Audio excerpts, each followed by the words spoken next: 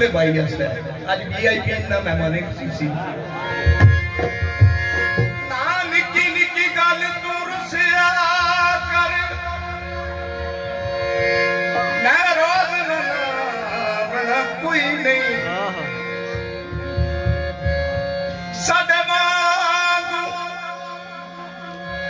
Nivea हो ओ किसे वक्त निभाना कोई नहीं ते जड़े संगत तैनू गुमराह कर दे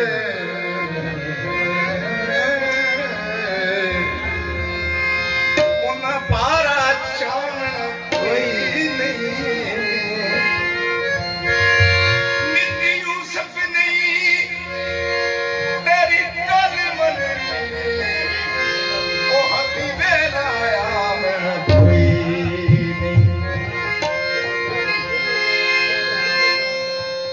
काले रंग दे मलोकों दे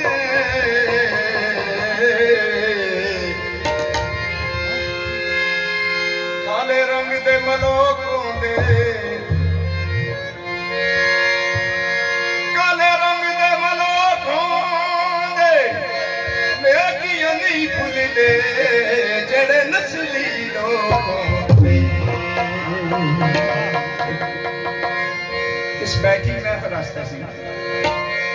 बच्चा टीम वास्ते न्यू जनरेशन यंगर भी बैठे उन्होंने वास्ते एक माइया नहीं निके बात जी पहले बुजुर्गों वास्ते काले विच दई माया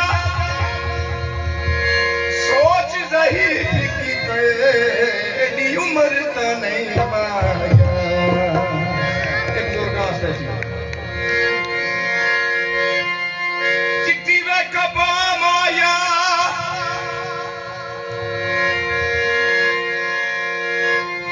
सूट में बदल आए